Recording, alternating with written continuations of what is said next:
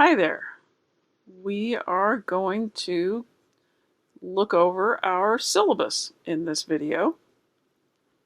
You'll find the syllabus on Canvas. It's got its own special tab. I wanted to go through and point out some of the main elements. At the very top here, you'll see my name, Elizabeth Powell. You know that you're in English 5A, I assume. This is my email address. If you have any difficulties, by all means, send me an email. These are the office hours. You'll see they are designated by which class section you're in. We'll talk more about office hours in a minute because obviously we can't go to my actual office on campus. These are the required textbooks. There are 3 of them. They will all be issued to you as part of the immediate access course information. We'll come back to that in a second. In terms of a brief overview of the first year writing program, 5A is a lead-in to 5B, but the main thing that I want you to know is that 5A and 5B, well, that's how the course was designed in the first place. English 10 is a scrunched up version of the whole thing. It goes really fast. It's really kind of difficult. 5A and 5B is actually the best choice for most people, just in case you're wondering. So, immediate access information. This is a program through which you get ebooks that are automatically connected with Canvas. They're preloaded into Canvas. You do have to pay for them, but you have 10 days to look at the ebooks and really see if you like it. Maybe you've never dealt with ebooks before and you want to give it a shot. I really would recommend them for this semester in particular, since everything's online. It's going to be a lot easier if we're all looking at the same information, one way or another. If you have any difficulty with the textbooks, you go to IA Bookshelf. That's one of the tabs on the left-hand side of Canvas, and you should see them there. If you don't see them there, then you need to email this person, ecarmona@mail.fresnostate.edu, and she's the one who can help you out. If you decide you do not want the ebooks, then you have to opt out by September 1st. And like it says right here, all of this information should come to you in a separate email as well. If you don't opt out by September 1st, then the materials will be charged to your student account and you need to pay them by September 10th.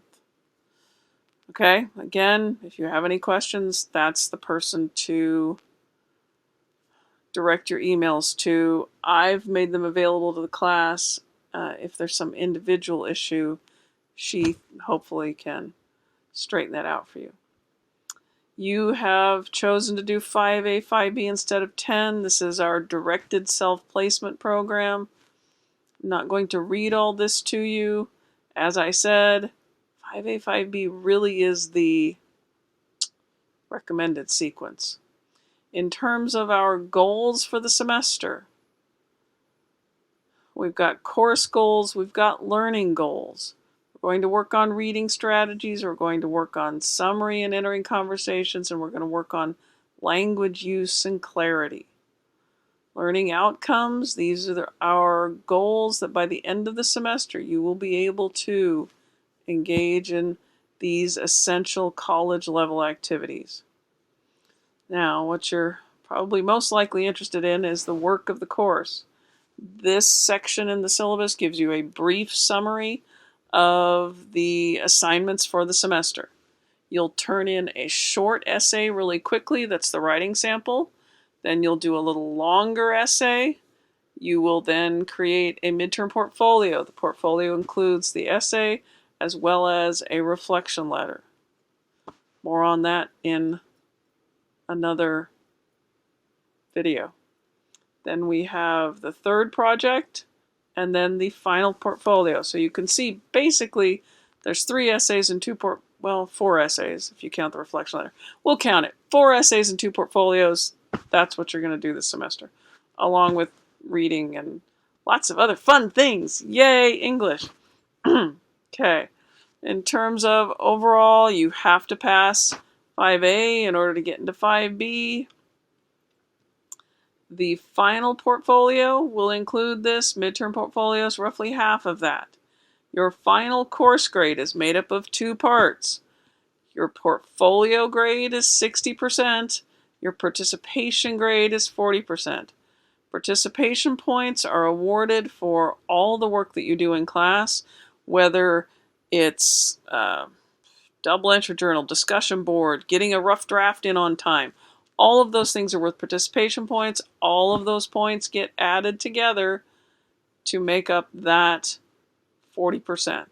So as you can see, this 40% is really just for paying attention and doing your work. So that 40% should be an easy chunk to get. So in terms of office hours, because we cannot meet on campus, I can't hang out in my office. What I will be doing is I'll be hanging out in the conference tab on Canvas. Each class has its own hour because Canvas won't let me be in more than one class at a time. I will be in that class. In conference, you can drop in anytime you want to. It is not required for you to join the conference, but if you do come, there'll be a point of extra credit every week that you show up. In terms of attendance, because again, we're not meeting in an actual classroom, how do we count attendance for online? For this class, you will earn attendance points by creating what we're calling a weekly check-in. That check-in is going to look at the work for that week. How much of it did you get done? What did you understand? What questions do you have? How did your work for this class go that week?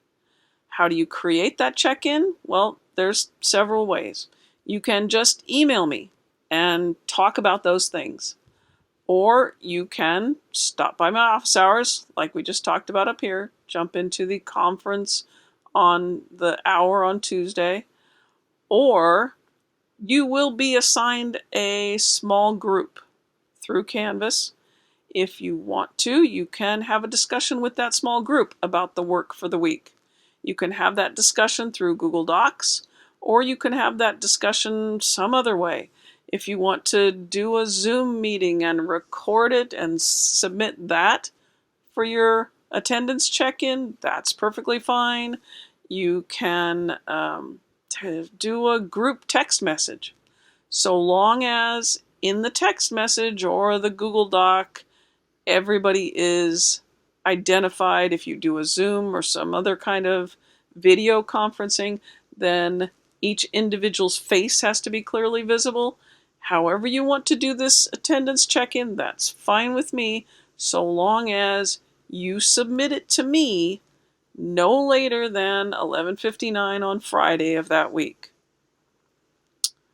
In terms of online learning, know that it can actually be harder than doing in person. I know we think about online classes and we think, yeah, I just get to sit around and hang out and it'll all be great. But having to get up and go to class actually holds you responsible in a different kind of way. That's not an option right now, so we're really going to have to pull up our socks and make this online thing work. If distraction is a problem for you, then try to find a time and place where you can do your work where the distractions are minimal. If you have to wait until the rest of your family has gone to bed and then you stay up and do your work, do that.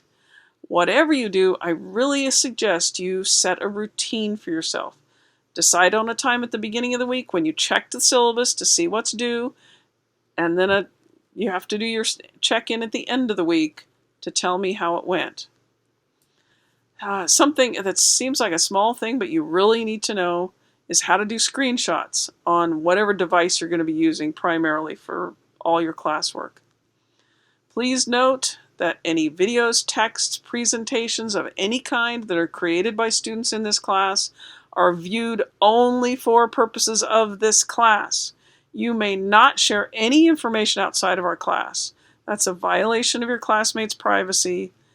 Anything that's shared in this class, any videos, anything else, if it goes outside of this class, we'll have to discuss possible disciplinary action.